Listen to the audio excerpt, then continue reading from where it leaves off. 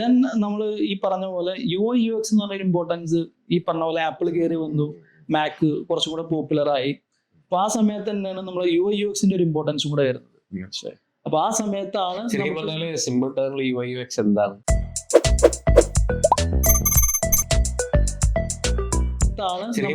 Simple ടേണിൽ UX എന്താണ്? നമുക്ക് generally പറയുമ്പോൾ നമ്മൾ UX ടെക്നിക്കൽ ടേമിൽ പറയുമല്ലോ, പക്ഷെ എന്നാലും നമുക്കൊരു കോമൺ മാൻസ് ലാംഗ്വേജ് എന്ന് പറയുമ്പോൾ അതിന്റെ ഒരു എസ്തെറ്റിക്സ് എന്ന് പറയാം അല്ലെ. അത് നമുക്കൊരു സ്ക്രീൻ അല്ലെങ്കിൽ യൂസർ ഇന്ററാക്റ്റീവ് പോയിന്റ്സ്, ഇപ്പൊ ബട്ടൺ, നമ്മൾ ലിസ്റ്റ്, നമ്മൾ കാണുന്ന കാര്യങ്ങളെല്ലാം ഒരു സിംഗിൾ സ്ക്രീനിനെ ബേസ് ചെയ്തിട്ടാണ് നമ്മൾ UI എന്ന് പറയുന്നത്. അതിന്റെ ഇന്റർഫേസിൽ യൂസർ ഇന്ററാക്റ്റീവ് ആയിട്ടുള്ള പോയിന്റ് ആ ഒരു ടൈമിൽ തന്നെ അതുണ്ട്. അപ്പൊ അതാണ് UI എന്ന് പറയുന്നത്.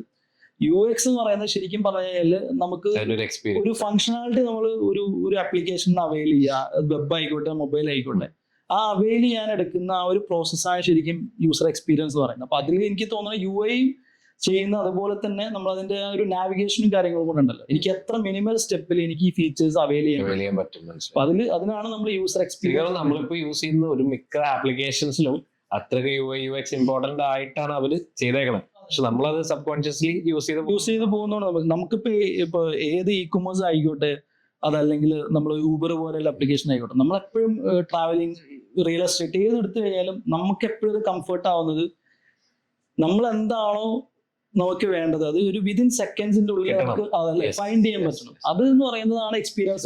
സക്സസ് എന്ന് പറഞ്ഞത്. അല്ലെങ്കിൽ ഇപ്പൊ കുറച്ചുകൂടെ ലോ ലെവലിൽ പറയുകയാണെങ്കിൽ നമുക്ക് ഒരു മൾട്ടിപ്പിൾ സ്റ്റെപ്സ് ഒക്കെ നമ്മളിപ്പോ ഡിസൈൻ ചെയ്യുന്ന സമയത്ത് കുറെ സ്റ്റെപ്സ് വരികയാണെങ്കിലും അതൊരു ബെസ്റ്റ് എക്സ്പീരിയൻസ് എന്ന് പറയാൻ പറ്റില്ല.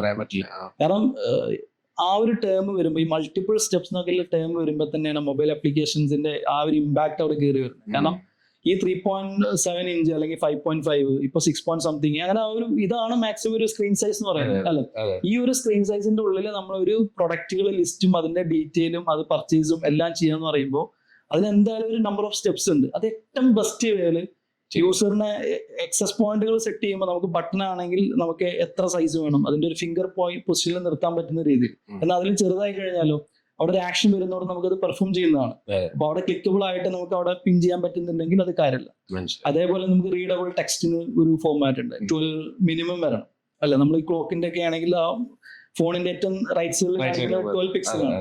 അപ്പൊ ആ ഒരു സൈസിങ് ഫോർമാറ്റ്, അതുപോലെ നമ്മളെ എക്സ്പീരിയൻസ്, നമുക്ക് അറ്റൻഷൻ എവിടെയാണ് നമ്മൾ സീക്ക് ചെയ്യുന്നത് വെച്ചാൽ അവിടെയാണ് നമുക്ക് ആ സംഭവം പ്ലേസ് ചെയ്യേണ്ടത്.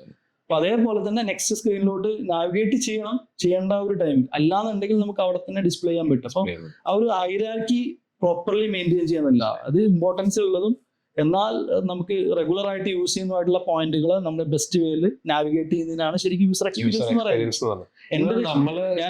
I am not from UX background, പക്ഷെ സ്റ്റിൽ ഞാൻ ആപ്ലിക്കേഷൻ ഡെവലപ്പ് ചെയ്ത എക്സ്പീരിയൻസ് ഞാൻ മനസ്സിലാക്കുന്ന, അതുപോലെ ഞാൻ ഗൈഡ് ചെയ്യുന്ന കാര്യങ്ങൾ ഇതൊക്കെയാണ്. എനിക്ക് കൂടുതലും നമുക്ക് UX ടീമുമായിട്ട് ഇനീഷ്യലി ഫോട്ടോഷോപ്പ് ലെവലിൽ തൊട്ട് XD ഉണ്ടായിരുന്നു, മാർവൽ ആപ്പ് ഉണ്ടായിരുന്നു, നമ്മൾ ഫിഗ്മയിലോട്ടാണ് വന്നിരിക്കുന്നത്. അപ്പൊ അതേപോലെ അതിന്റെയൊക്കെ മുമ്പ് നമ്മൾ പ്രോട്ടോടൈപ്പ് ബിൽഡർ, പിന്നെ സ്കെച്ച്, ഇങ്ങനത്തെ മാക്കിന്റെ ഒക്കെ നമ്മൾ അവിടെ കമ്പനിയിൽ യൂസ് ചെയ്യുന്ന സ്കെച്ച് ഒക്കെ ആയിരുന്നു. പിന്നെ പ്രോട്ടോടൈപ്പിംഗ് ആയിരുന്നു, അതായത് ലോ ഫെഡിലിറ്റി ടൈപ്പ് ആയിരുന്നു ഇനീഷ്യലി മിക്ക കമ്പനീസും ഫോളോ ചെയ്തിരുന്നത്. അതായത് നമ്മള് UX എന്ന് പറഞ്ഞൊരു കോൺസെപ്റ്റ് ആപ്ലിക്കേഷൻ ഡെവലപ്പ് ചെയ്യുന്നതിന് മുമ്പ് എനിക്ക് തോന്നുന്നു പഴയ ഒരു 2010 11 ക്ലയന്റിന് മേ ബി എക്സ്പീരിയൻസ് ചെയ്യാൻ പറ്റില്ല. നമ്മൾ ഒരു സ്കെൽട്ടൺ പോലെ ഒരു പ്രോട്ടോടൈപ്പർ ആയിരുന്നു കൊടുക്കുക. അവിടെ ആക്ഷൻസ് ഉണ്ടാവും, നാവിഗേഷൻസിന്റെ ആരോ ലൈൻസും ഉണ്ടാവും. പക്ഷെ ഇപ്പൊ നമുക്ക് റിയൽ ആപ്ലിക്കേഷൻസ് എങ്ങനെയാണോ യൂസ് ചെയ്യുന്നത് അതുപോലെ തന്നെ നമുക്ക് എന്ത് ചെയ്യാൻ പറ്റും, ഫിഗ്മ വെച്ചിട്ട് നമുക്ക് ചെയ്തെടുക്കാൻ പറ്റും. അതെനിക്കൊരു എന്റെ ഒരു എക്സ്പീരിയൻസിൽ IT കമ്പനീസിന്റെ ഒരു വലിയൊരു അഡ്വാൻസ്മെന്റ് ഭയങ്കര ആ ഒരു ലെവലിൽ നമുക്ക് എനിക്ക് തോന്നുന്നു വെബ്കാസ്റ്റിന് കൂടുതൽ പറയാനുണ്ടാവും. എപ്പോഴും വെർബലി വിഷ്വലി ആണ്, പിന്നെ വെർബലി ആണ്, ഡോക്യുമെന്റേഷൻ ആണ്, പിന്നെ വിഷ്വലി കാണുമ്പോഴാണ് അവർക്ക് ആ മനസ്സിൽ ആ ഒരു നമ്മൾ പറയുമ്പോഴും അവരും നമ്മളാണെങ്കിലും നമ്മളെ മൈൻഡിൽ ഇപ്പൊ ഞാൻ അരുണിന്റെ അടുത്ത് A+B² എന്താ വെച്ചാൽ അരുണിന്റെ അടുത്ത് ചോദിച്ചു, ഫസ്റ്റ് ഫീൽ ചെയ്യുന്നത് എന്താ, പണ്ട് ടീച്ചർ ചെയ്ത ബോർഡ് ആയിരിക്കും അല്ലേ, അത് ആ വിഷ്വലി കണക്ട് ചെയ്യുന്നത് അല്ലെ. അതുകൊണ്ടാണ് നമ്മള് ആ ഒരു പ്രസന്റേഷന് ഭയങ്കര ഇമ്പോർട്ടൻസ് എന്ന് പറയുന്നത്. അപ്പോൾ ക്ലയന്റിന്റെ ഗ്യാപ്പുകൾ ഐഡന്റിഫൈ ചെയ്യാൻ ഏറ്റവും ബെസ്റ്റ് അപ്രോച്ച് എന്ന് പറയുന്നത് നമുക്ക് ആ ഒരു ഫിഗ്മ പോലെ ടൂള് കൊടുത്താലാണ്. അതല്ലെങ്കിൽ നമുക്ക് ഈ പറഞ്ഞ പോലെ ഡെവലപ്മെന്റ് കഴിഞ്ഞിട്ട് ക്ലയന്റ് കണ്ടു കഴിയുമ്പോഴായിരിക്കും ക്ലയന്റ് പറയാൻ പറ്റും. ഒരു 5 years ബാക്ക് ഒരു IT കമ്പനിയുടെ മേജർ ഫെയിലിയർ അവിടെയായിരുന്നു തോന്നുന്നു. കാരണം ഫെയിലിയർ എന്നല്ല, നമുക്കൊരു ടൈം കൺസ്യൂമിങ് ജോബായിരുന്നു. പക്ഷെ അതിന് നമുക്ക് വേറെ ടൂളുകൾ ഉണ്ടായിരുന്നു. നമ്മൾ IT, കാരണം നമ്മൾ ഓരോ ഇയേഴ്സിൽ വരുന്ന എക്സ്പീരിയൻസ് അല്ലെങ്കിൽ changes നമ്മൾ adopt ചെയ്ത് പോവാണ്. മനസ്സിലായി. അപ്പൊ അന്ന് നമ്മൾ ഈ ഒരു ക്ലയന്റിന്റെ എക്സ്പെക്ടേഷനും നമ്മൾ സെയിം പേജിലാന്ന് മീറ്റ് ചെയ്യാൻ വേണ്ടിയിട്ട് മൾട്ടിപ്പിൾ സ്റ്റെപ്സ് നമ്മൾ യൂസ് ചെയ്യാം. പക്ഷെ ഫിഗ്മ വന്നുകൊണ്ട് അല്ലെങ്കിൽ നമ്മൾ XD ഇനീഷ്യലി നമുക്ക് ക്ലയന്റ് ഡിസൈന് UI വിത്ത് UX കൊടുക്കുമ്പോൾ നമ്മൾ ആ ഒരു സ്റ്റെപ്സ് നമുക്ക് എന്ത് ചെയ്യാൻ പറ്റും, റെഡ്യൂസ് ചെയ്യാൻ പറ്റും. അങ്ങനെയാണ് നമ്മൾ ചെയ്തേക്കുന്നത്. മറ്റേതാകുമ്പോൾ നമ്മൾ മൾട്ടിപ്പിൾ കമ്മ്യൂണിക്കേഷൻ ചാനൽ യൂസ് ചെയ്തിട്ടാണ്, സ്ക്രീൻസ് വളരെ വേറെ രീതിയിൽ കൊടുക്കും. ദെൻ ഞാൻ ഇനീഷ്യലൊക്കെ എക്സ്പീരിയൻസ് ചെയ്യുന്ന സമയത്ത് പ്രൊജക്ട് കോർഡിനേറ്റ് ചെയ്യുന്ന സമയത്ത് നമ്മൾ കൊടുക്കുന്നത് UI ഡോക്യുമെന്റേഷൻ എന്ന് പറഞ്ഞിട്ടൊരു കോൺസെപ്റ്റ് ആയിരുന്നു. അതായത് UI സിംഗിൾ സ്ക്രീൻസ് നമ്മൾ വിത്ത് ഹൈ ഫിഡിലിറ്റി തന്നെ കൊടുക്കും. എന്നിട്ട് അതിന്റെ അടിയിൽ നമ്മൾ എന്ത് ചെയ്യുന്നു വെച്ചാൽ നാവിഗേഷൻ എക്സ്പ്ലെയിൻ ചെയ്യും. Then what are the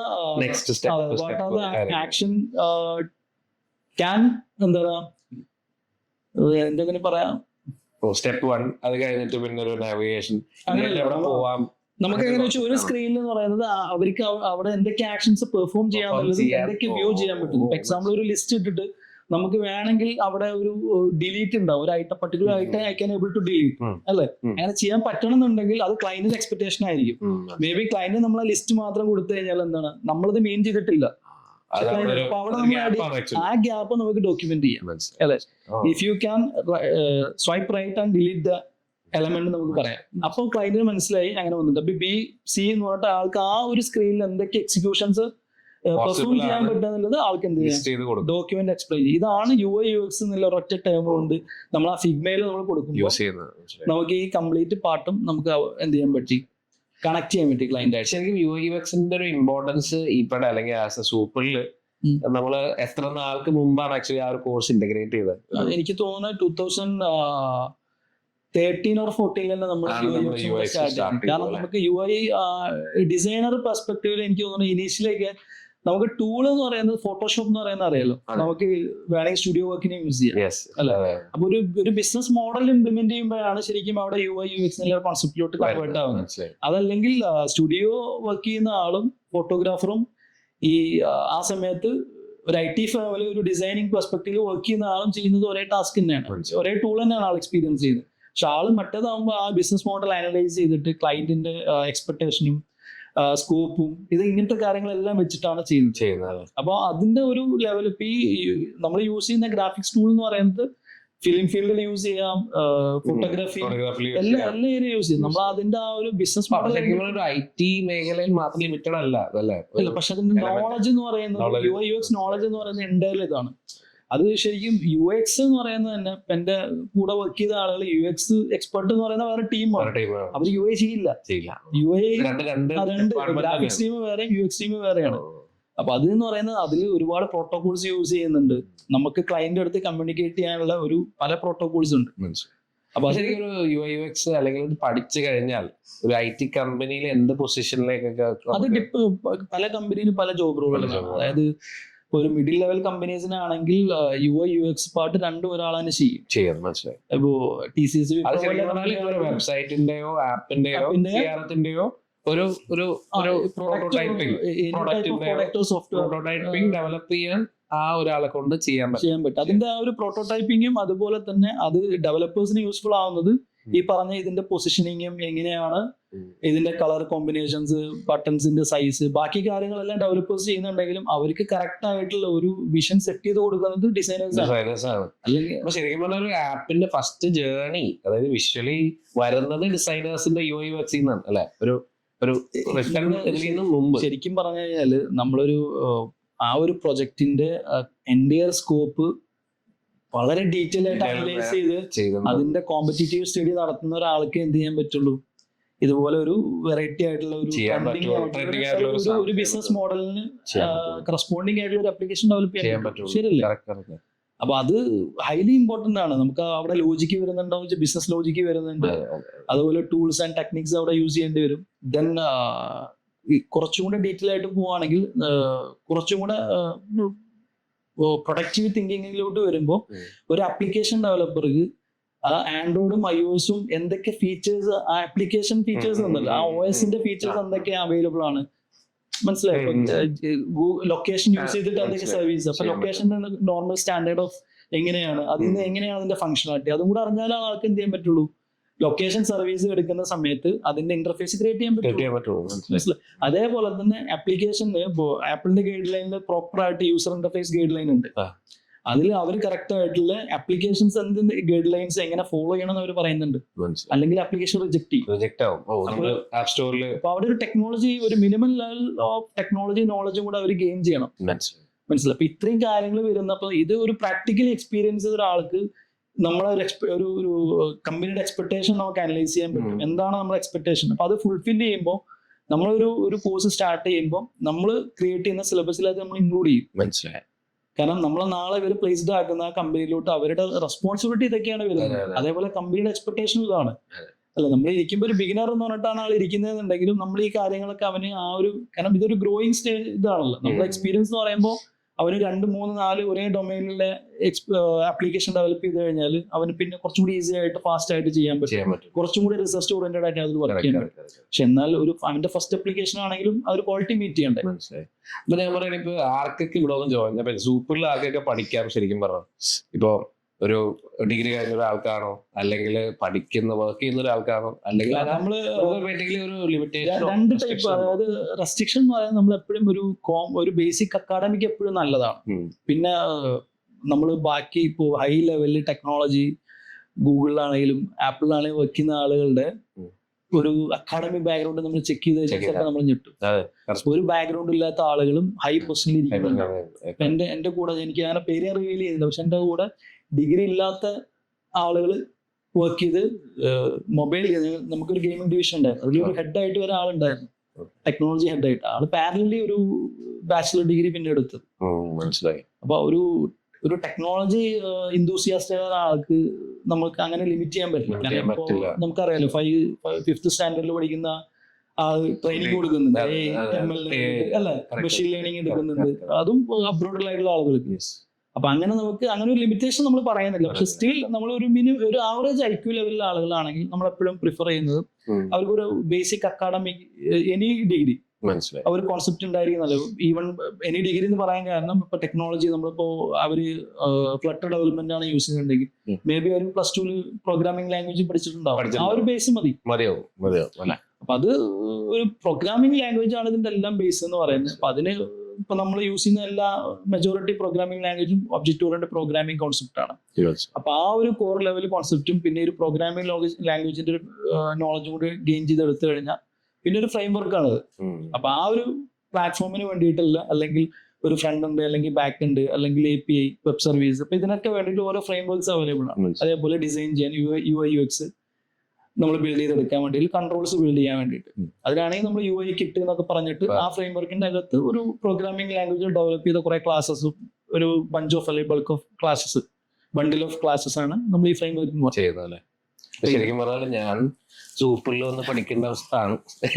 കുറെ കാര്യങ്ങൾ പഠിക്കാനുണ്ട് എനിക്ക് സൂപ്പറിൽ. പിന്നെ നമുക്ക് ഒരു ടെക്നോളജി കാറ്റഗറൈസേഷൻ ചെയ്യുകയാണെങ്കിൽ നമുക്ക് വേണേൽ കുറച്ചും കൂടെ ഒന്നും കൂടെ പറയാം. ഇപ്പോ ടെക്നിക്കൽ ബാക്ക്ഗ്രൗണ്ടിൽ അക്കാഡമിക് ഡിഗ്രീസ് ആണെങ്കിൽ നമുക്ക് പ്രോഗ്രാമിംഗ് ലാംഗ്വേജ് റിലേറ്റ് ചെയ്ത് വരുന്ന കോഴ്സുകളാണ് ഒന്നും കൂടെ അവർക്ക് കുറച്ചും കൂടെ ഫാസ്റ്റ് ആയിട്ട് ലേൺ ചെയ്യാൻ പറ്റും. അതിന്റെ എക്സാമ്പിൾ നമ്മൾ ഫ്ലട്ടർ, അതേപോലെ ജാങ്കോ, ഈ കാര്യങ്ങളിലെല്ലാം നമുക്ക് ആ രീതിയിലോട്ട് കൊണ്ടുപോകാൻ. മനസ്സിലായി. ഇനി ഒരു പോയിന്റ് കൂടെ ആഡ് ചെയ്യുള്ളത്, നമ്മൾ ടെക്നിക്കൽ ബാക്ക്ഗ്രൗണ്ട് അക്കാഡമിക് ഉണ്ടെങ്കിൽ തന്നെ അവർക്ക് പ്രോഗ്രാമിംഗ് താല്പര്യമില്ല. അങ്ങനത്തെ ആളുകൾക്കാണെങ്കിൽ സോഫ്റ്റ്വെയർ ടെസ്റ്റിംഗ്, അതുപോലെ UI UX എടുക്കാം. ഇനി എനി ഡിഗ്രി ആണെന്നുണ്ടെങ്കിൽ അവർക്ക് ഡിജിറ്റൽ മാർക്കറ്റിംഗ് അതിലേക്ക് കുറച്ചും കൂടെ എക്സ്പ്ലോർ ചെയ്യാൻ പറ്റും. പിന്നെ പ്രോഗ്രാമിംഗ് ഇതിലോട്ടും വരാം, UI UX എക്സ്പ്ലോർ ചെയ്യാൻ പറ്റും. അതേപോലെ നമുക്ക് ഡാറ്റ സയൻസ് എന്ന് പറഞ്ഞാൽ purely based on mathematics, statistics ആണ്. പ്ലസ് നമുക്കൊരു പ്രോഗ്രാമിംഗ് ലാംഗ്വേജിന്റെ നോളജും വേണം. ഇതൊരു ടെക്നോളജി അല്ലെങ്കിൽ ഫ്രെയിം വർക്ക് ഒന്നും പറയാൻ പറ്റില്ല. ഡാറ്റ സയൻസ് എന്ന് പറയുന്നത് ഒരു സയൻസ് ആണ് ആക്ച്വലി. അപ്പൊ അതിന്റെ ഡെഫിനിഷൻ നോക്കി കഴിഞ്ഞാൽ തന്നെ നിങ്ങൾക്ക് കാണാൻ പറ്റും. അപ്പൊ അതിൽ ടെക്നോളജി വരുന്നുണ്ട്, ഈ പറഞ്ഞ പോലെ മാത്സ് വരുന്നുണ്ട്, പ്രോബ്ലമാറ്റിക് സ്റ്റാറ്റിസ്റ്റിക്സ് വരുന്നുണ്ട്, പിന്നെ ബിസിനസ് ലോജിക്. അതാണല്ലോ ഇപ്പോഴത്തെ ബൂമിങ്. അതെ. അപ്പൊ ഒരുപാട് ഞാനിപ്പോ എനിക്ക് ലാസ്റ്റ് 4 years ആയിട്ട് ഒരു ചെറിയൊരു ഫീൽ ഉണ്ടായിരുന്നു. ഞാൻ അതിന് മുമ്പ് വരെ ഞാൻ കോഡിങ് ചെയ്യുന്നുണ്ടായിരുന്നു. ഒരു 4 years ആയിട്ട് കോഡിങ് ചെയ്യുന്നില്ല. പക്ഷെ നമുക്കറിയാലോ, അപ്പൊ 3 കമ്പനീസ് നമ്മൾ റൺ ചെയ്യുന്നതുകൊണ്ട് തന്നെ അതിൻ്റെതായ ഒരു ഡിഫിക്കൽട്ടി ഉണ്ട്. നമുക്ക് ടൈം ഇൻവെസ്റ്റ് ചെയ്യാനില്ല ശരിക്കും. കോഡിങ്ങിൽ നിന്ന് കഴിഞ്ഞാൽ നമുക്ക് ആ ഒരു ലെവലിൽ കാര്യങ്ങളേ ഉള്ളൂ. അപ്പോൾ ഓവറോൾ കമ്പനി മാനേജ് ചെയ്യുന്നിടത്ത് ബുദ്ധിമുട്ട് വന്നാൽ തന്നെ കംപ്ലീറ്റ് മാനേജ്മെന്റ് മാത്രമായിട്ട് മാറി. അപ്പൊ ആ ഒരു ഫീൽ വന്ന സമയത്ത് തന്നെ നമുക്ക് ഡാറ്റ സയൻസ്, AI, ML എന്നൊക്കെ പറഞ്ഞിട്ട് ആർട്ടിഫിഷ്യൽ ഇന്റലിജൻസ്, മെഷീൻ ലേണിംഗ് ഇങ്ങനെ ഒരു കോൺസെപ്റ്റ് വരുന്ന സമയത്ത് എനിക്ക് അതിലോട്ടൊന്ന് ഇൻവെസ്റ്റ് ചെയ്താൽ കൊള്ളാൻ കരുതിയിട്ടുണ്ടായിരുന്നു. അപ്പൊ ആ ഒരു സമയത്താണ് ഞാനിപ്പോ അരുണിന്റെ അടുത്ത് ഞാൻ പറഞ്ഞിട്ടുണ്ട്, ഞാനിപ്പോ ഡാറ്റ സയൻസിൽ MTech എടുത്തു. അത് അത്യാവശ്യം നമുക്ക് ഒരു കുറച്ചുകൂടി ഡീപ്പർ ആയിട്ട് പോകാൻ വേണ്ടിയിട്ടാണ് ബിറ്റ്സ്പിലാണ് ഞാൻ ചൂസ് ചെയ്തത്. അപ്പൊ അതൊരു റെഗുലർ കോഴ്സ് പോലെ തന്നെ എനിക്ക് കംപ്ലീറ്റ് ചെയ്യാൻ പറ്റി. രണ്ട് വെബ്കാസ്റ്റിന്റെയും സൂപ്പറിന്റെയും ഡയറക്ടർ ബോർഡിൽ ഇരുന്നിട്ട് ഈ ഒരു കോഴ്സ് കംപ്ലീറ്റ് ചെയ്യാൻ പറ്റി എന്ന് പറഞ്ഞത് അത് നെക്സ്റ്റ് ലെവൽ അപ്രീഷിയബിൾ ആണ്. പിന്നെ നമുക്ക് അത് ഇംപ്ലിമെന്റഡ് ലെവൽ വെബ്കാസ്റ്റിലായാലും സൂപ്പറിലായാലും ഒരു കാര്യം കൂടെ ഉള്ളത്, നമ്മൾ ഈ MTech അക്കാഡമി എന്നുള്ളത് ഇപ്പോൾ ഈ ഒരു ഡാറ്റ സയൻസ് എടുക്കാൻ കാരണം നമുക്ക് ഇനിയുള്ള ഒരു ട്രെൻഡിങ് ടെക്നോളജി എന്ന് പറയുന്നത് ശരിക്കും പറഞ്ഞാൽ ഫുൾ ഡാറ്റാ ബേസ് ആയിട്ടുള്ള ഒരു ആയിരിക്കും. ട്രഡീഷണൽ പ്രോഗ്രാമിംഗ് ലാംഗ്വേജ് മാറ്റി മെഷീൻ ലെവൽ പ്രോഗ്രാമിംഗിലോട്ട് വന്നു, മെഷീൻ ലേണിംഗ്. അപ്പൊ ആ ഒരു ലെവലിലോട്ട് കൺവേർട്ട് ചെയ്യണമെന്നുണ്ടെങ്കിൽ നമുക്കിനി ഒരു സർവീസ് ആയിട്ട് സ്റ്റാർട്ട് ചെയ്യണം. വെബ്കാസ്റ്റിൽ നമ്മളൊരു സർവീസ് ആയിട്ട് സ്റ്റാർട്ട് ചെയ്യുന്നുണ്ട്. അപ്പൊ നമുക്ക് ടീമിനെ ഗൈഡ് ചെയ്യണമെന്നുണ്ടെങ്കിൽ ആസ് എ ടെക്നോളജി ഡയറക്ടർ എന്നുള്ള രീതിയിൽ നോക്കുമ്പോൾ എനിക്ക് അതിലൊരു ഡീപ്പർ നോളജ് ആ ഒരു അതാണ് നമുക്ക് അതിലോട്ടുള്ള ഒരു മോട്ടിവേഷൻ ആയിട്ട് ഞാൻ അതിലോട്ട് പോകാൻ കാരണം. എനിക്ക് നമുക്ക് വെബ്കാസ്റ്റ് എടുത്താലും ഒരുപാട് റിക്വയർമെന്റ്സ് ഈ ലെവലിൽ വരുന്നുണ്ട്. അത് നമ്മൾ അനലൈസ് ചെയ്യുന്നുണ്ട്. പരവണ്ണറിയില്ല, നമ്മൾ അതിലൊരു R&D സ്റ്റേജിലാണ് ഇപ്പോൾ ഉള്ളത്. നമുക്കത് എങ്ങനെ ബെസ്റ്റ് സർവീസ് ക്ലയന്റിന് കൊടുക്കാന്നുള്ളൊരു R&D ആണ് നമ്മളിപ്പോ ചെയ്തുകൊണ്ടിരിക്കുന്നത്. എനിക്ക് തോന്നുന്നു data is the biggest oil എന്നാണ് ഇപ്പൊ പറയുന്നത്. അതെ, ഡാറ്റ അത് പണ്ടും അങ്ങനെ തന്നെ ആയിരുന്നു. പക്ഷെ ഇപ്പൊ റിയലൈസ് ചെയ്തു. പിന്നെ അതിന് കുറച്ചും കൂടെ സയന്റിഫിക് അപ്രോച്ചുകൾ ആൾ യൂസ് ചെയ്യുന്നതാണ്. അതായത് നമുക്ക് പാസ്റ്റ് 10 yearsന്റെ അല്ല ChatGPT എല്ലാം വർക്ക് ചെയ്യുന്ന അങ്ങനെയാണ് അവര് പറയുന്നത്. ChatGPT ലോഞ്ച് ചെയ്തതും ബിഫോറും ആഫ്റ്ററും വേണമെങ്കിൽ നമുക്കൊരു ഇനി പറയാം. നമ്മൾ ആ ഒരു ഇപ്പൊ അത് സ്റ്റാർട്ട് ചെയ്ത് കുറച്ചല്ലേ ആവുള്ളൂ. പക്ഷെ ഒരു 10 years ലേറ്റർ ഓൺ ആവുമ്പോ നമുക്ക് ആ ഒരു ഇതിന്റെ ആ ഒരു പറഞ്ഞ ഇറാന്ന രീതിയിൽ തന്നെ അറിയാൻ പറ്റും, ആളുകൾ പറഞ്ഞുകൊണ്ടിരിക്കും. ഇത് ഇതിന്റെ ഒരു ബേസ് എന്ന് പറയുന്നത് ഇപ്പൊ ഈ പറഞ്ഞ പോലെ ഡാറ്റ സയൻസ് എന്ന് പറയുന്നത്. പക്ഷെ ഇത് എനിക്ക് തോന്നുന്നു 10 years ബാക്ക് നോക്കി കഴിഞ്ഞാൽ മെഷീൻ ലേണിംഗ് ഉണ്ട്. ഈവൻ അത് ഇത്ര പോപ്പുലർ ആക്കിയത് ഈ പറഞ്ഞ പോലെ അതിന്റെ ഒരു മാർക്കറ്റിംഗ് ടെക്നോളജീസ് ഉണ്ടല്ലോ, ആ ഒരു ഏരിയ ആളുകൾ ഐഡന്റിഫൈ തുടങ്ങിയോണ്ടാണ്. അവിടെ വെൽത്ത് അല്ലെങ്കിൽ നമുക്ക് ക്യാഷ് കിട്ടും എന്നുള്ള യൂട്ടിലൈസ് ചെയ്യാൻ പറ്റും. എനിക്ക് തോന്നുന്നു ഇനിയിപ്പോ നമ്മളിപ്പോ മൊബൈൽ ആപ്ലിക്കേഷൻ ഒക്കെ നമ്മൾ സ്റ്റാർട്ട് ചെയ്ത സമയത്ത് അന്നൊന്നും ഞാൻ പറയാം 2012 നമ്മൾ സ്റ്റാർട്ട് ചെയ്യുന്ന സമയത്ത് ബാക്കി പല MNC കമ്പനീസ് പോലും സ്റ്റാർട്ട് ചെയ്തില്ല. ഞാൻ പറയാൻ കാരണം എന്ന് വെച്ചാൽ 2010 ഞാൻ ബാംഗ്ലൂരിൽ ഇങ്ങോട്ട് പോരുന്നത്. അപ്പൊ ആ സമയത്ത് എനിക്ക് തോന്നുന്നു വിപ്രോ അവര് ടീം ബിൽഡ് ചെയ്യായിരുന്നു. അപ്പൊ അന്ന് നമ്മളെ കൊളീഗ്സ് കുറച്ച് പേര് അവർക്ക് പോയിട്ടുണ്ടായിരുന്നു. അന്ന് അവർക്ക് ഇന്റർവ്യൂ ഇല്ലാന്ന് പറഞ്ഞത് എന്റെ അടുത്തും പറഞ്ഞിട്ടുണ്ടായിരുന്നു. അപ്പൊ എനിക്ക് അന്ന് ഞാൻ ഇങ്ങനെ വേറെ ഞാൻ പറയാനല്ലേ നമുക്കൊരു സ്റ്റാർട്ടപ്പ് വലിയ കോൺസെപ്റ്റിലോട്ട് വരുന്നതുകൊണ്ട് ഞാൻ പോയില്ല. അപ്പോ അന്നാണ് അവർ അവിടെ ഒരു ടീമിനെ ബിൽഡ് ചെയ്യുന്നത്. അപ്പൊ അതിന്റെ 2 years ബാക്ക് നമ്മൾ അവിടെ വർക്ക് ചെയ്ത് തുടങ്ങിയിട്ടുണ്ട്. അന്ന് നമ്മളെ എക്സ്പീരിയൻസ് 2 years ആയിട്ടുണ്ട്. അപ്പൊ അതുപോലെ TCS വിപ്രോ ഒക്കെ ആണെങ്കിലും TCSും കോഗ്നിസന്റ് ഒക്കെ ആണെങ്കിലും ഇവിടെ തുടങ്ങുന്നതും ആ ഒരു മേബി 2013 ആയിരിക്കും അവരുടെ ടീം. അപ്പൊ അത് ഈ പറഞ്ഞ പോലെ ഇപ്പൊ ഡാറ്റ സയൻസ് എന്ന് പറഞ്ഞൊരു സർവീസ് ആയിട്ട് മിക്ക IT കമ്പനീസും കൊടുക്കുന്നില്ല. ഇപ്പൊ അതൊരു മാൻഡേറ്ററി തിങ് ആയിട്ട് വരും. ഇപ്പൊ നമ്മൾ DM പറഞ്ഞു ഡിജിറ്റൽ മാർക്കറ്റിംഗ് എന്ന് പറയുന്നത് ഇപ്പൊ ഏത് കമ്പനി എടുത്തു കഴിഞ്ഞാൽ any type of business model എടുത്തു കഴിഞ്ഞാൽ അവിടെ ഒരു DM ടീം ഉണ്ട് അല്ലെ. അത് ഒരു 5 years 10 years ബാക്ക് നോക്കുകയാണെങ്കിൽ അങ്ങനെ ഒരു കോൺസെപ്റ്റ് ഉണ്ടാവും. കോൺസെപ്റ്റ് ഇല്ല. അത് പിന്നെ ഒരു 3 years ബാക്ക് ഒക്കെയാണ് ഓരോ കമ്പനീസ് അത് പല എവല്യൂഷൻസ് ഉണ്ടായിരുന്നു. Performance marketing, emotional marketing, guerrilla marketing, ഇങ്ങനെ പല പല ടെക്നോളജീസ് വരുന്നുണ്ട്. അതൊക്കെ നമ്മൾ എനിക്ക് തോന്നുന്നു നമ്മള് ഡിജിറ്റൽ മാർക്കറ്റിംഗ് ടീം എക്സ്പ്ലോർ ചെയ്തുകൊണ്ടിരിക്കുകയാണ്. നമ്മളൊരു സർവീസും കൂടെയാണ് അത്. അപ്പൊ അത് ആ ഒരു കറണ്ട് അഫെയർ എന്ന് പറയുന്നതാണ് ഏറ്റവും ഇമ്പോർട്ടന്റ്. നമ്മൾ എന്താണോ അത് ഒരു 2 വർഷം ബിഫോർ എങ്കിലും നമ്മൾ ഐഡന്റിഫൈ ചെയ്യണം. ഇങ്ങനെ ഒരു ബൂമിംഗ് നെക്സ്റ്റ് 2 years വരുന്നുണ്ട്. നമ്മൾ ഇനി എനിക്ക് തോന്നുന്ന ഒരു 5 years ആവുന്ന സമയത്ത് എല്ലാ കമ്പനിയിലും ഡാറ്റ സയൻസ് എന്ന് പറഞ്ഞിട്ട് ഒരു സർവീസ് ഉണ്ടാവും. പക്ഷെ അതിന്റെ പേര് ഇതായിരിക്കില്ല, പക്ഷെ കോർ ഇതായിരിക്കും.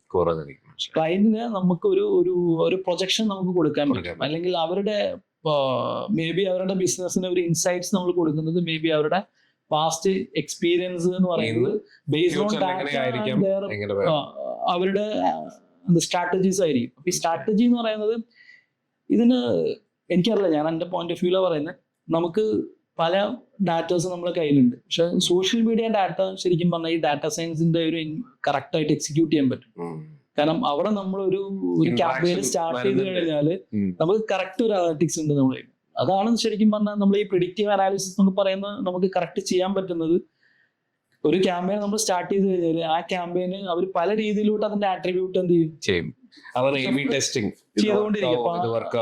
അപ്പൊ അതിന്റെ ടെക്നിക്കൽ ടേംസ് എനിക്ക് അറിയില്ല. നമ്മൾ ടീം കറക്റ്റ് ആയിട്ട് അത് എക്സ്പ്ലെയിൻ ചെയ്യും. കാരണം അവർക്ക് ഇനീഷ്യലി നമ്മളൊരു ഡെമ്മി ലെവലിൽ ഒരു ക്യാമ്പയിൻ സ്റ്റാർട്ട് ചെയ്യും.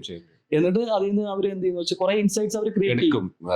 അത് എടുക്കാൻ പറ്റുന്നത് എന്തുകൊണ്ടാണ്? എടുക്കാൻ പറ്റുന്നത് നമുക്ക് ഈ പറഞ്ഞ പോലെ ഡാറ്റ വളരെ സ്ട്രക്ചേർഡ് ആയിട്ട് എക്സിക്യൂട്ട് ചെയ്ത് അത് എത്ര പീപ്പിൾ ലൊക്കേഷൻ കറക്റ്റ് കിട്ടുന്നതുകൊണ്ടാണ്. നേരെ മറിച്ച് നമ്മളൊരു ഓഫ്ലൈൻ മാർക്കറ്റിംഗ് ചെയ്യുകയാണെങ്കിൽ നമുക്ക് അങ്ങനെ അതാണ് ഓൺലൈൻ മാർക്കറ്റിംഗ് വരുമ്പോൾ നമുക്ക് കറക്റ്റ് ഇൻവെസ്റ്റ് ചെയ്യുന്ന മണിയുടെ കറക്റ്റ് ആയിട്ട് കിട്ടും. നമ്മളിപ്പോ ഒരുപാട് കാര്യങ്ങൾ സംസാരിച്ചു. 15 ഇയേഴ്സിന്റെ ജേർണി ഇനി നമുക്ക് കേൾക്കാനുണ്ട്. അപ്പൊ ഇനി നമുക്ക് കമ്മിങ് എപ്പിസോഡ്സിൽ നമുക്കത് കവറപ്പ് ചെയ്യാം. ഇൻട്രസ്റ്റിംഗ് ടോപ്പിക്സ് വരുന്നുണ്ട്. Let's catch up soon.